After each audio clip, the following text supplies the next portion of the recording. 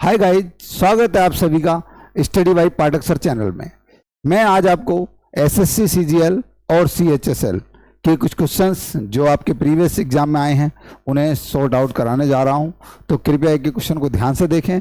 अगर कहीं भी आपको कोई प्रॉब्लम आती है तो कमेंट बॉक्स में जरूर बताएं। सबसे पहला क्वेश्चन हमारा शुरू होता है, Deepu's mother has repeated ask him to lower the volume of his mobile. तो देखो, हमें इसमें समझना गलती है क्या। तो दीपूज मदर, इसमें कोई एरर नहीं है। अब हैज रिपीटेड आस्क, देखो बड़ी कॉमन सी बात है, अगर दो वर्ब एक साथ आती हैं तो यह तो उन दोनों के बीच में क्या होता है, कोई प्रेपोजिशन लगा दिया जाता है, या फिर लास्ट वाली को हम जब टू लगाएंगे इससे पहले तो वर्ब फर्स्ट बनाएंगे। पर यहाँ ऐसा नहीं है। इसका मतलब समझो, दीपू की मदर ने क्या कहा, रिपीटेड आस्क्ड मीन्स कई बार कहा, तो रिपीटेडली आस्क्ड हिम, कई बार उससे कह दिया क्या, लोअर द वॉल्यूम, कम कर low volume of his mobile, अपने मोबाइल का। तो हमें यह पता लगा कि यहाँ पर जो एरर है, हमें पता क्या चला कि यहाँ पर एरर है, रिपीटेड नहीं आएगा बल्कि रिपीटेडली आएगा। तो ये बात आपको अच्छे से समझ में आ गई कि हमारा रिपीटेड गलत है, तो हमारा सही आंसर क्या होगा, A answer is right. Next question की तरफ मुड़ते हैं। All our furnitures were spoiled. अब देखो यहां समझो, फर्नीचर बहुत अच्छे से समझना है कि फर्नीचर क्या है। तो देखो, कुछ हमारे काउंटेबल और अनकाउंटेबल नाउन होते हैं, कुछ हमारे क्या होते हैं, काउंटेबल और कुछ अनकाउंटेबल होते हैं। तो हमें वो समझने हैं कि क्या काउंटेबल होते हैं और क्या अनकाउंटेबल होते हैं। अगर आप लोग समझ रहे हो कि आपका जो फर्नीचर है वो क्या है, काउंटेबल है, तो आप गलत समझ रहे हो। फर्नीचर क्या है, फर्नीचर हमारा अनकाउंटेबल नाउन होता है। अब आप कहेंगे क्यों होता है सर, तो देखो फर्नीचर में क्या आता है, सबसे पहले समझो, फर्नीचर के अंदर आती है चेयर, आपकी आती है टेबल, आपका आता बेड, आपका जितना भी फर्नीचर का सामान होता है वो सब इसी के अंतर्गत आता है। जब किसी की शादी में सामान जाता है तो आपने सुना भी होगा, बोलते हैं भाई फर्नीचर चला गया, बोले यस। तो ये बताइए, क्या आप उस फर्नीचर को गिन पाते हैं? जैसे ज्वेलरी, तो जितना भी हमारे जैसे नाक का, कान का, जो भी मीन्स आभूषण होते हैं, उन सब का जो कलेक्शन कहलाता है उसे क्या बोलते हैं, ज्वेलरी बोलते हैं। जैसे एक वर्ड होता है पोइट्री, तो अगर आप पोइट्री की बात करें तो पोइट्री क्या होता है, कलेक्शन ऑफ पोएम्स, पोइट्री कहलाता है। जैसे मैं सीनरी की बात करूं तो कलेक्शन ऑफ सीनरी कहलाता है। तो मुझे ये पता है कि इनमें बहुत सारी चीजें, फर्नीचर क्या होता है, बहुत सारे जो इसमें आर्टिकल्स होते हैं उनको मिलाकर जो बनता है उसे हम बोलते हैं फर्नीचर। जैसे हमारा बेड हो गया, टेबल हो गई, चेयर हो गई, स्टूल हो गया, ये सब कुछ किसमें, ड्रेसिंग टेबल हो गई, सब किसमें आता है, फर्नीचर में ही आता है। तो ये अनकाउंटेबल है, और अनकाउंटेबल है तो इसमें एस नहीं लग सकता, और जब एस नहीं लग सकता तो वर्ब भी नहीं लग सकता। तो हमें ये पता लगा हमारा ए ऑप्शन बिल्कुल गलत। तो हमारा आंसर क्या होगा, all our furniture was spoiled, right.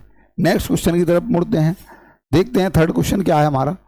As soon as the bus driver was seeing the child crossing the road, he applied the brakes। अब देखो, सबसे पहले इसे बड़े आराम से समझना है, जल्दबाजी नहीं करनी है।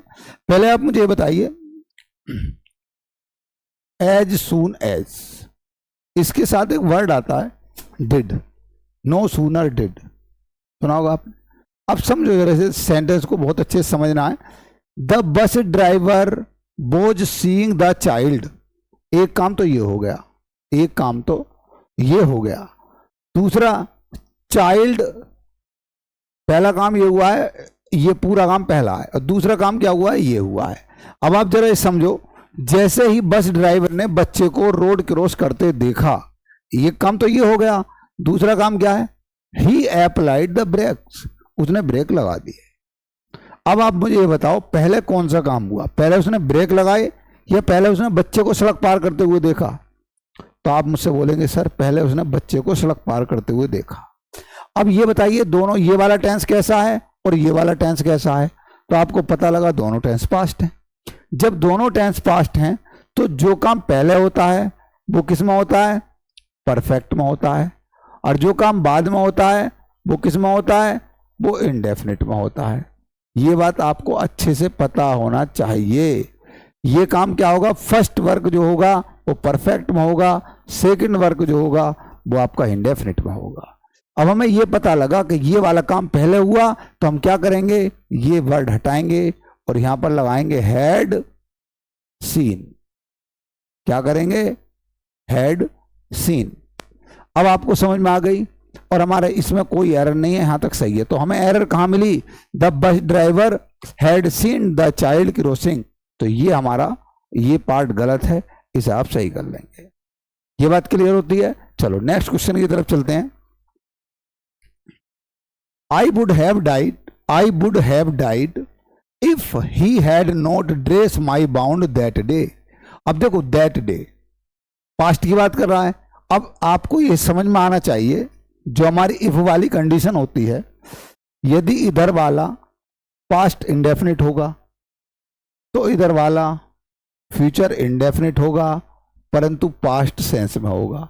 एक बात, अगर इधर वाला पास्ट परफेक्ट में होगा, पास्ट परफेक्ट में होगा, तो इधर वाला सेंटेंस क्या होता है, फ्यूचर परफेक्ट होता है परंतु पास्ट सेंस होता है। अब पास्ट सेंस का मतलब, जैसे आप देखो इसे चेक करो, आई वुड हैव। अब ये बताओ, अगर मैं यहां बिल कर दूं तो ये पास्ट बन गया, और हैव डाइड, हैव के साथ वर्ब थर्ड आ रही है तो परफेक्ट बन गया।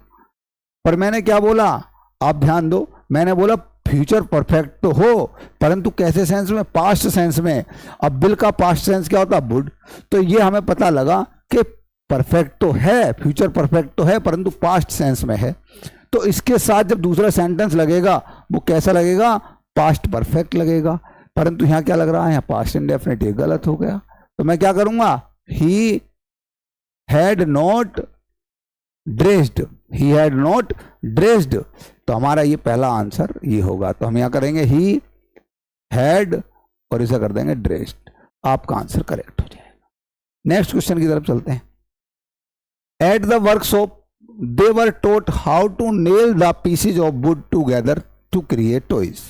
देखो इसने क्या कहा, एट वर्कशॉप, वर्कशॉप में देवर टोट, उन्हें सिखाया जाता था, हाउ टू नेल, कैसे साफ किया जाए, कैसे क्लीन किया जाए, द पीसेज ऑफ वुड, जो लकड़ी के टुकड़े होते थे, टुगेदर टू क्रिएट टॉयज, खिलौना बनाने के लिए उन्हें एक साथ कैसे नेल किया जाए, जोड़ा जाए, ये सारी चीजें बताएं। तो इसमें आप एरर देख रहे हो, तो इसमें कहीं कोई एरर नहीं आ रही है, सेंटेंस हमारा बिल्कुल करेक्ट है। तो इस सेंटेंस में क्या होगा, नो एरर। नेक्स्ट क्वेश्चन की तरफ चलते हैं। A probe has been ordered by incident. देखो सबसे पहले प्रोब का मतलब समझो। प्रोब का मतलब होता है इन्वेस्टिंग करना, इन्वेस्टिगेट करना। अब इन्वेस्टिगेट इनटू, ये प्रोब जो होता है, ए प्रोब इनटू वर्ड होता है, ए प्रोब इनटू। अब इसने बोला a probe has been ordered by, नहीं आएगा, यहां पर इनटू लगाएंगे हम।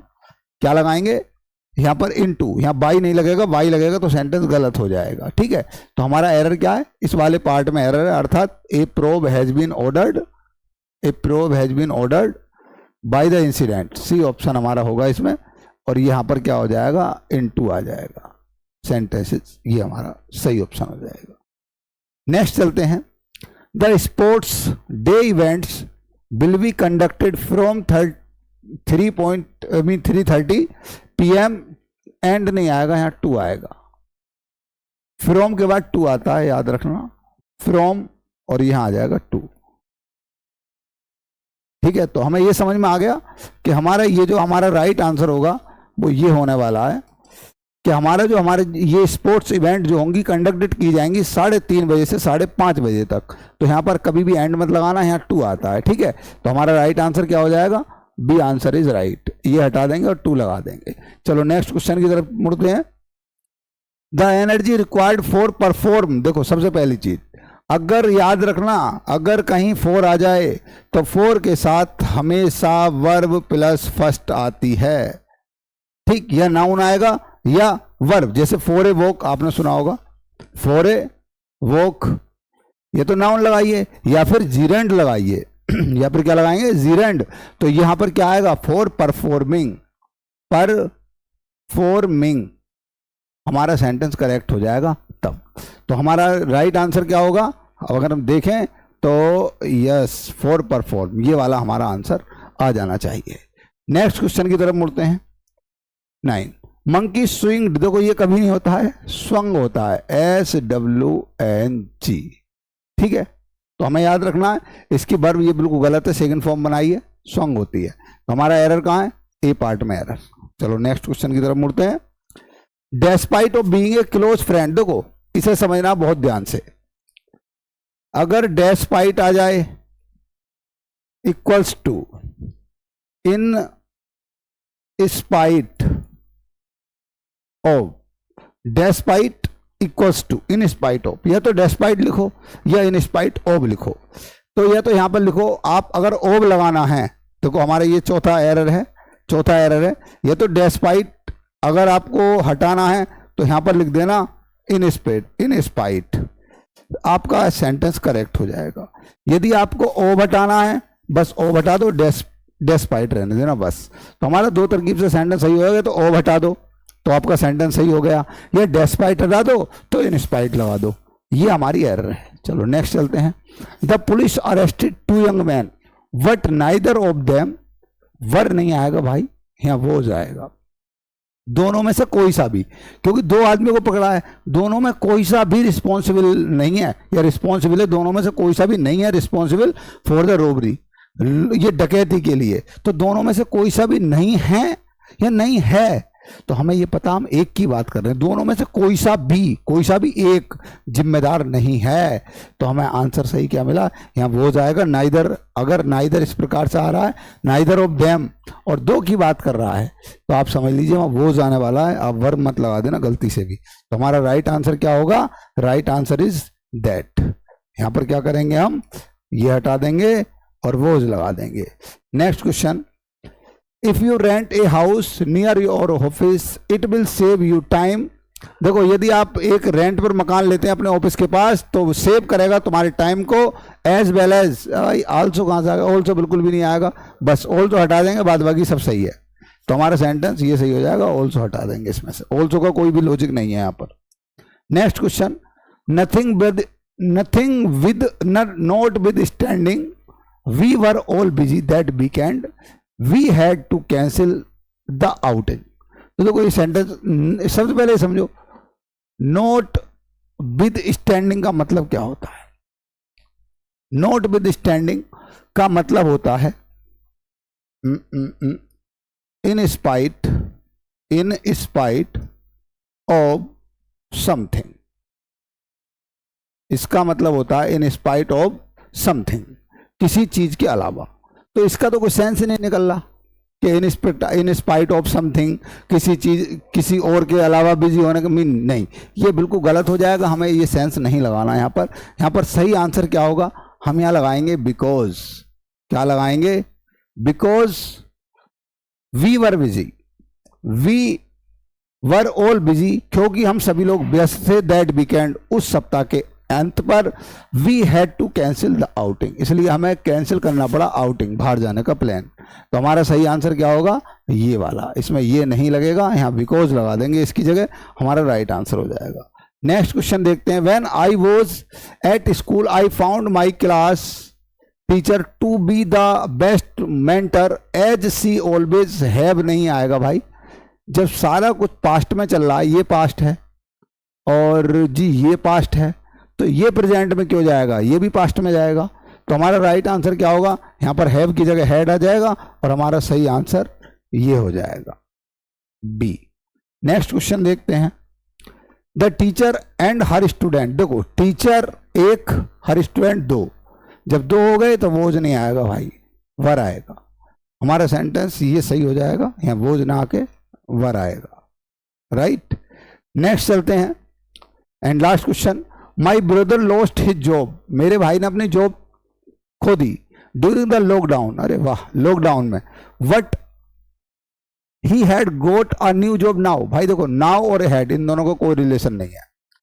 हैड करता पास्ट की बात, नाउ करता प्रेजेंट की बात, परंतु ये कह रहा है लॉकडाउन में तो खोई थी और अब मिल गई, तो नाउ के साथ क्या आएगा? इसे हटाओ और यहाँ हैज लगाओ। तो हमारा सही आंसर क्या होगा? सही आंसर होगा ये बी ऑप्शन।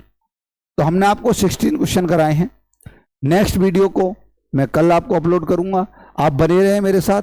जितने भी आपके क्वेश्चन हैं, एसएससी सीजीएल के हों, चाहे सीएचएसएल के हों, चाहे एमटीएस के हों, मैं सारे क्वेश्चन को इसी प्रकार आपको सॉल्व कराता रहूँगा। यदि कहीं भी आपको प्रॉब्लम आ रही है, कोई क्वेश्चन समझ में नहीं आ रहा, तो प्लीज़ कमेंट करें, लाइक करें और मेरे चैनल को ज़्यादा से ज़्यादा शेयर करें, सब्सक्राइब करें, ताकि मैं आपको एक से एक लेटेस्ट नई से नई वीडियो लाकर देता रहूँ।